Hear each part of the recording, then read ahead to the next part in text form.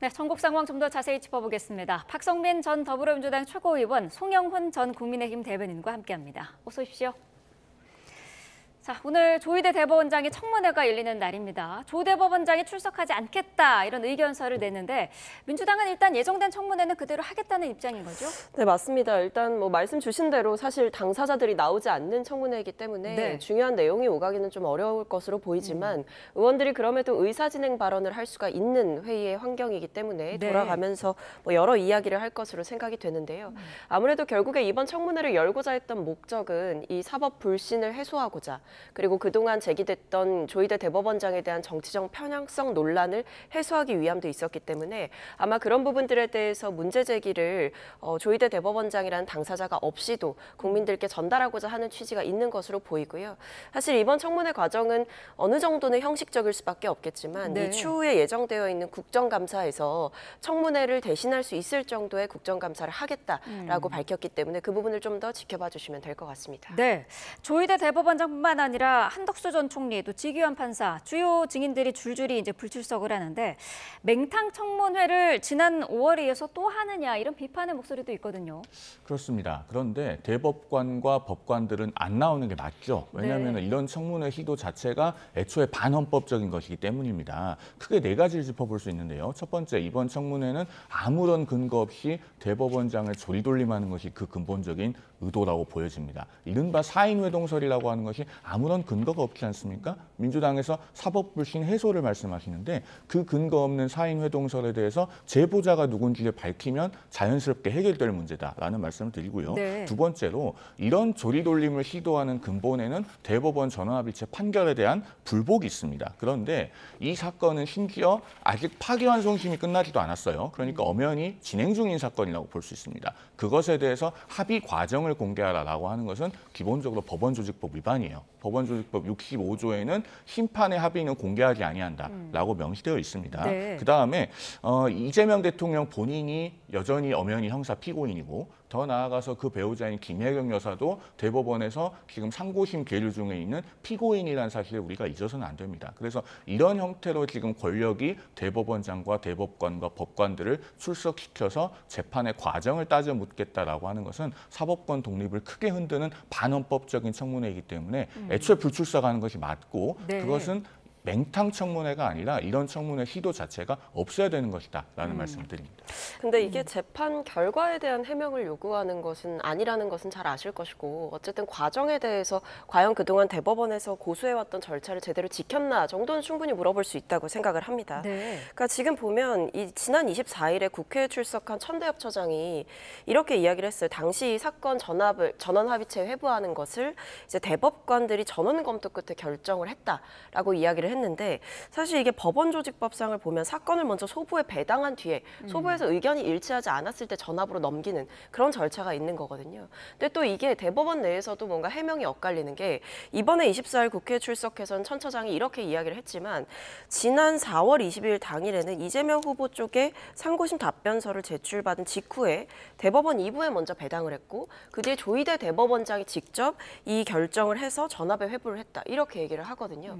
그러니까 이런 과정들, 그 뒤에 전원합의체가 굉장히 이례적으로 한 사건에 집중돼서 열렸던 것들도 그렇고 이게 선례를 따져보거나 절차를 따져보거나 그동안 전원합의체에 회부되고 전원합의체가 진행됐던 그런 일들을 봤을 때 과연 이게 이재명 대통령의 재판에만 이렇게 했던 것 아니냐. 그러니까 이 과정에 대한 의구심은 분명히 있었다라는 거죠. 이 부분에 대해서 저는 묻고자 했을 거라고 봅니다. 완전히 네. 틀린 말씀을 세 가지를 하고 계신데요. 법원조직법 65조 제가 아까 말씀드렸습니다. 심판의 합의는 비공개한다라고 하는 것인데 그것은 판결을 한 뒤에라도 일절 과정을 공개하면 안 되는 겁니다. 2012년에 이정열 전 부장판사가 과거에 그 석궁 테러 사건 있죠? 부러진 화살이라고 하는 영화를 만들었던 네. 그 사건의 합의 과정을 법원 내부 게시판에 공개했다가 정직 6개월의 중징계를 당한 적이 있습니다. 과정을 공개하지 않는 것은 그만큼 재판 독립에 있어서 핵심적인 요소입니다. 두 번째로 사건 배당 말씀하시는데요.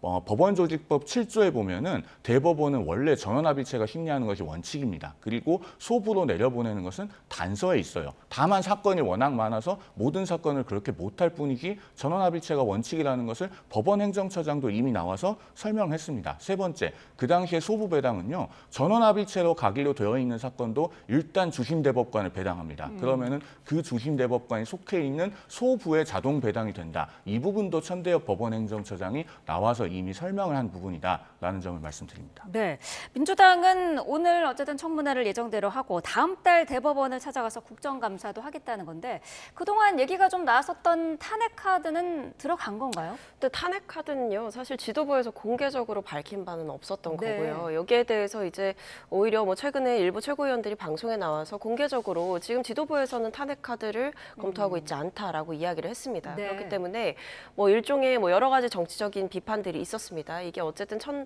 지금 상황에서 이 대법원장이 조희대 대법원장이 이 부분에 대해서 어느 정도의 결자 해지를 해야 되는 것 아니냐라는 비판이라든지 아니면 결자 해지를 하는 그 본인의 거취와 관련한 것 이외에도 내용적으로 무언가를 좀 제대로 내놓아야 되는 것 아니냐. 네. 혹은 뭐 사법불신에 대해서 어느 정도 국민들의 우려를 최소한 해소할 수 있는 방안과 혹은 이제 그동안 뭐 제기되었던 정치적 편향성 문제에 대해서 일말의 유감이라도 좀 표명해야 되는 것 아니냐.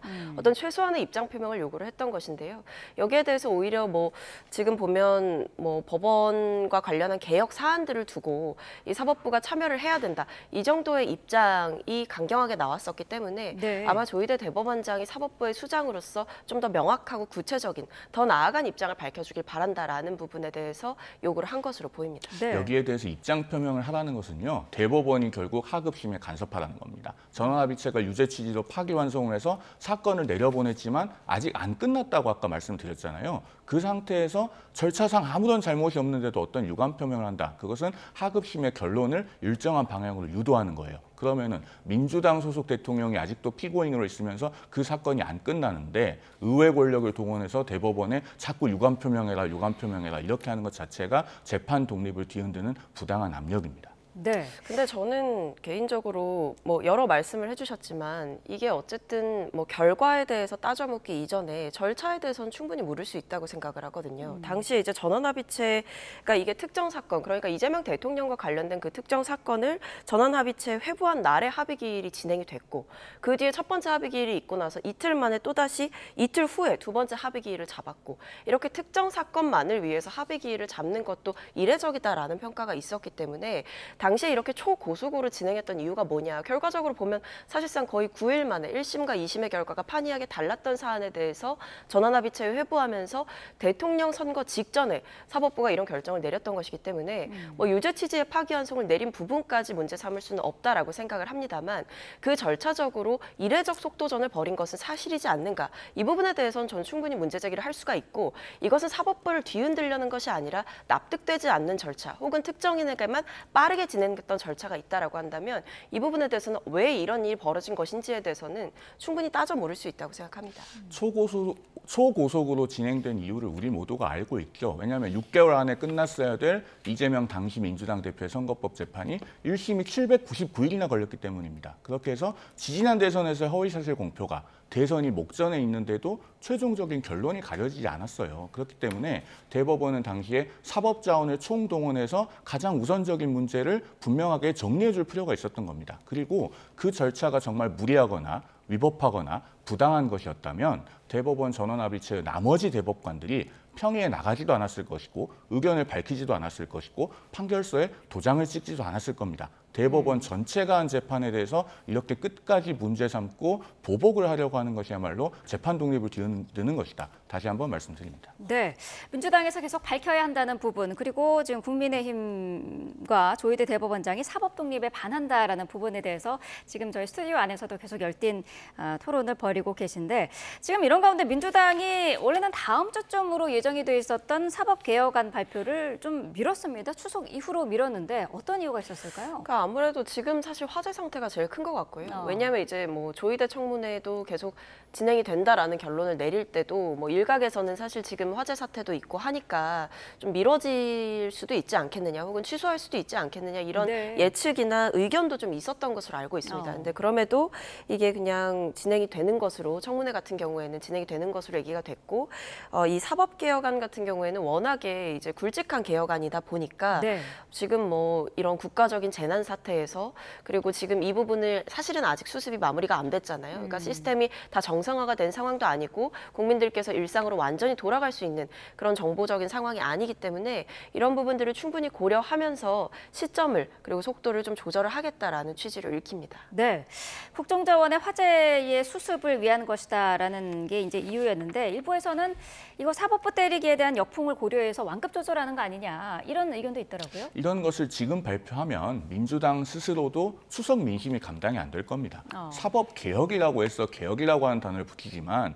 사실은 검찰 개혁의 본질이 검찰 폐지 또는 검찰 해체이듯이 이 민주당이 사법 개혁이라고 주장하는 것의 본질도 대법관 우겨넣기입니다. 결국에는 대법관을 14명에서 26명으로 늘려서 12명을 더 우겨 넣겠다는 것 아닙니까? 미국에서 루스벨트 대통령이 시도했던 코트 패킹 같은 것이죠. 그걸 왜 하려고 하는지 이제는 국민들께서 대부분 많이 알고 계십니다. 결국에는 언젠가는 다시 재판을 받아야 되는 이재명 대통령의 피고인인 사건들, 그 상고심을 담당할 대법관들을 더 많이 밀어넣어 놓겠다는 것이죠. 이런 것을 추석 전에 하면은 그 민심이 감당이 안 될 겁니다. 그리고 오늘 아침 조간 보도들을 보니까요, 민주당에서 4심제에 해당하는 이른바 재판헌법 소원을 도입한다라고 하는 얘기가 있어요. 이걸 하게 되면은 헌법재판소도 마비가 될 겁니다. 왜냐하면은 우리나라 대법원은 2023년 기준으로 1년에 본안 사건을 39,600건 정도 처리했습니다. 네. 그런데 헌법재판소는 1988년 9월에 문을 열어서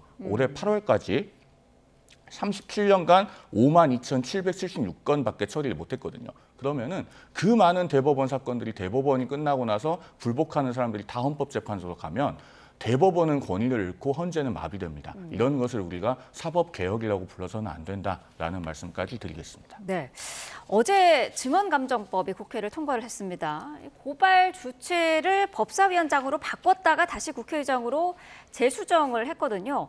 야당의 비판도 있었고 의원식 국회의장도 좀 제동을 걸었던 것 같더라고요. 그러니까 이게 결국에는 핵심은 이제 국정조사라든지 이렇게 국회 특위에 나와가지고 위증을 했던 것이 밝혀지면 이 그 당사자들을 고발하는 건데 네. 그 고발의 주체가 처음에는 이제 국회 대표로서 고발을 하는 것이기 때문에 국회의장으로 되어 있었던 것 같고요. 근데 이 국회의장이 사실 이제 어떻게 보면 고발을 하는 주체가 되는 것이 격에 맞느냐 뭐 이런 비판도 있었던 것 같고 네. 혹은 의장에게 가는 어떤 부담을 좀 덜어주는 것이 맞지 않느냐라는 의견이 있었던 것 같습니다.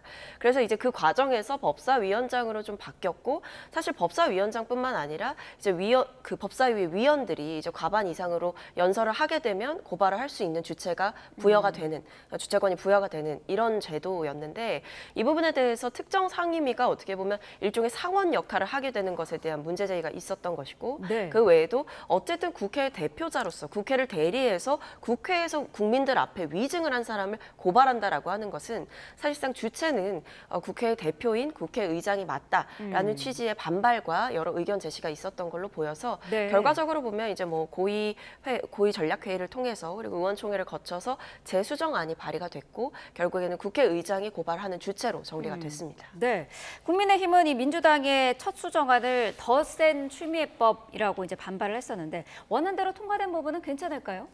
이 법안 자체가 사실은 저희는 좀 문제가 있다고 봅니다. 네. 왜냐하면은 어떤 증인이 위증으로 고발해야 될 만한 대상인지는 일단 그 회의를 진행했던 상임위에서 제일 잘 알지 않겠습니까? 그런데 다수당이 이것을 상임위 밖으로 가지고 나와서 연서로 고발을 하자고 하면은 결국에는 국회의장이 고발하게 되는 그런 시스템을 만든 것이란 말이에요. 그러면은 정치적으로 상당히 보복 수단으로 악용될 가능성이 있지 않는가 이렇게 보는 거예요. 그런데 네. 입법 과정이 더 나쁩니다. 지금 민주당이 압도적인 다수당이기 때문에 필리버스터는 24시간까지밖에 못합니다. 그런데 그 사이에도 연거푸 수정안이 발의됐잖아요. 그리고 중간에는 법사위원장을 고발 주체로 하는 수정안이 나오기도 했는데 법사위원장은 국회 대표성이 없습니다. 국회의장이 국회를 대표하면 대표했지 법사위원장이 어째서 고발 주체가 될 수 있는지에 대해서 사실 납득할 만한 설명은 없었어요. 아무리 다수당이 독주하는 그런 국회라고 해도 이렇게 입법을 졸속으로 해서는 안 되는 겁니다. 네, 4박 5일간 펼쳐진 필리버스터 전국도 일단은 마무리가 됐습니다.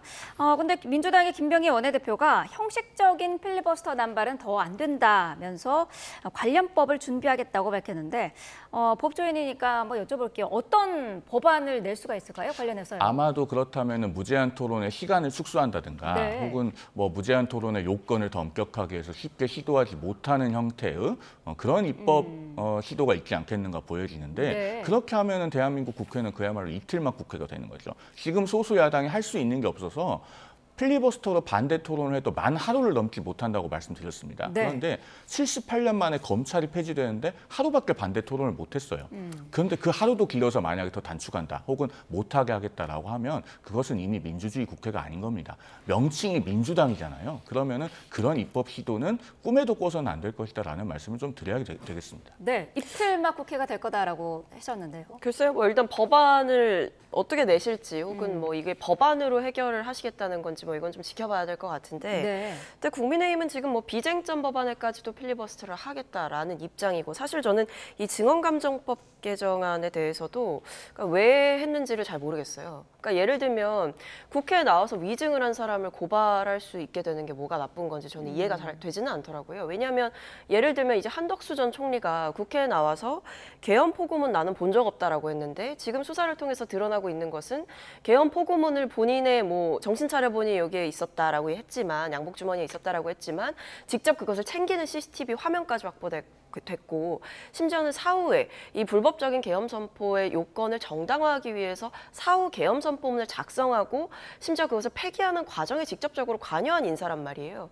그러니까 이런 식으로 어떻게 보면 수사 과정에서 그리고 특검에 출석해서는 또 완전히 180도 다른 진술을 했는데 국회에서는 당시에 국민들 보는 앞에서는 사실상 모르쇠로 일관을 했단 말입니다. 그러니까 이런 부분이 드러났다라고 한다면 저는 이 위증에 대해서는 분명히 국회가 국민을 대리해서 어떻게 보면 또 책임을 물을 수 있다 이런 생각이 드는데 이런 법안들뿐만 아니라 사실은 지금 이제 국민의힘의 전략을 보면 투트랙인 거잖아요. 장외투쟁도 열심히 하고 뭐 지금 국회 안에서는 필리버스터도 열심히 하겠다 이렇게 하는 것인데 사실 지금 장외투쟁에서 어떤 유의미한 이야기들이 오가는지 그리고 필리버스터를 통해서 지금 여러 가지 메시지를 발신하고 있고 뭐 여러 의원들이 노력하고 있겠지만 비쟁점 법안에까지 필리버스터를 검토하겠다라고 하는 것은 필리버스터의 본 취지를 훼손하는 것이 아닌가 이런 생각이 듭니다. 네.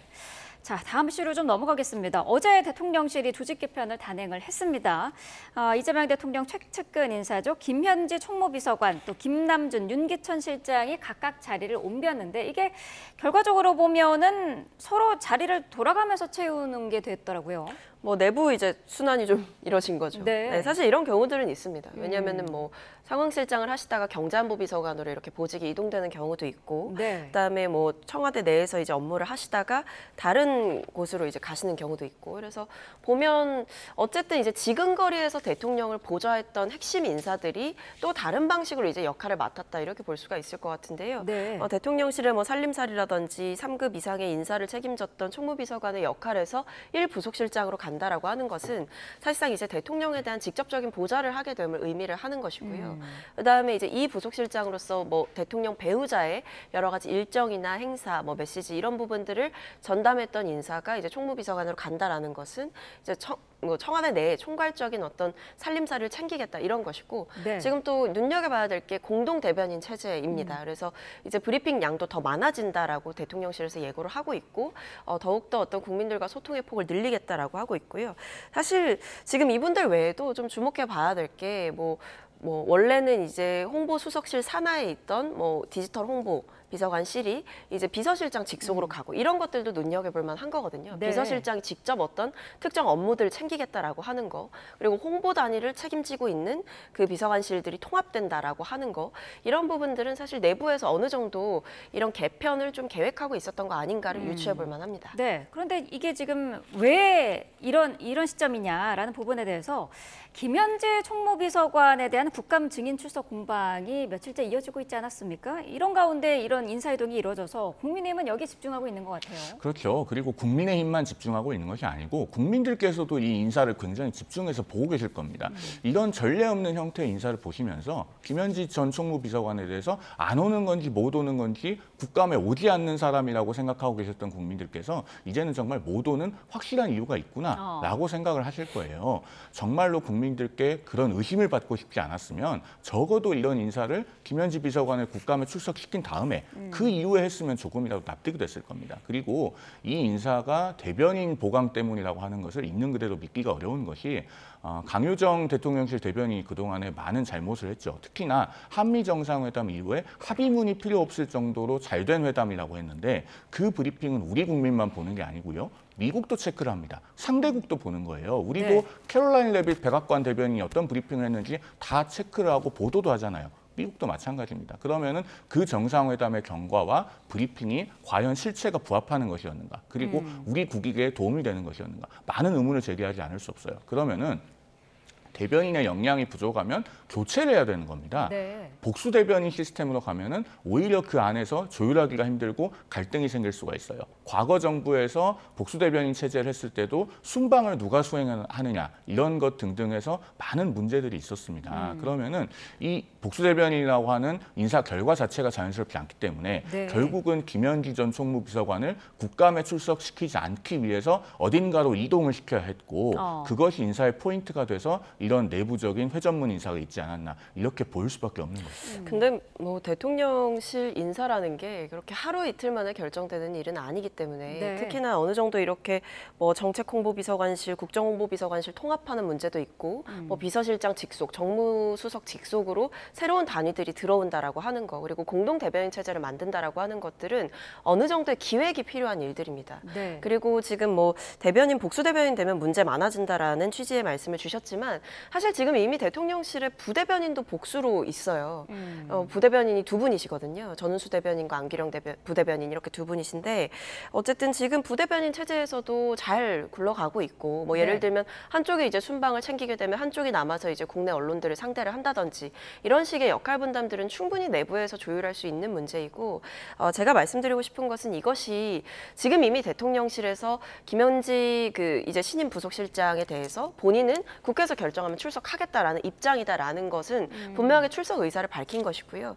그 외에도 지금 여러 가지 이제 보직의 이동들이 있었고 새로운 보직이 생기고 추가가 되고 이런 일들이 있었고 이건 결국 누군가의 인사 검증과도 맞물리는 일이기 때문에 단순히 하루 이틀 만에 되는 일은 아니다라는 말씀 드리겠습니다. 그러니까 네. 그 하루 이틀 만에 되지 않는다는 말씀이 결국 지난주 금요일에 언론에 대대적으로 보도가 됐던 김현지 비서관이 못 나오는 이유가 있다. 열흘 안에 알게 된다. 라는 말과 맞아 떨어지는 거예요. 그러면 김현지 전 총무비서관을 어딘가로 이동을 시켜야 되는데 대통령실 인사는 여러 가지 기획을 해야 되니까 여러 날이 걸려서 결국은 어제 이런 인사가 발표됐다. 국민들께서 이렇게 보실 수 있는 것 아닙니까? 그러니까 이 인사에 대한 논란을 잠재우고 싶으면 김현지 전 총무비서관이 아무런 단서를 붙이지 말고 그냥 국회 증인으로 나오면 됩니다. 그리고 민주당도 그 증인 채택에 대해서 토달지 말고 반대를 안 하시면 될 문제예요. 지금 민주당에서 자꾸 국회에서 소리치면서 김현지 못 나오는 이유가 있어요. 이렇게 하는 장면들을 국민들께서 다 보셨기 때문에 이런 논란이 있는 것이다라는 말씀을 드립니다.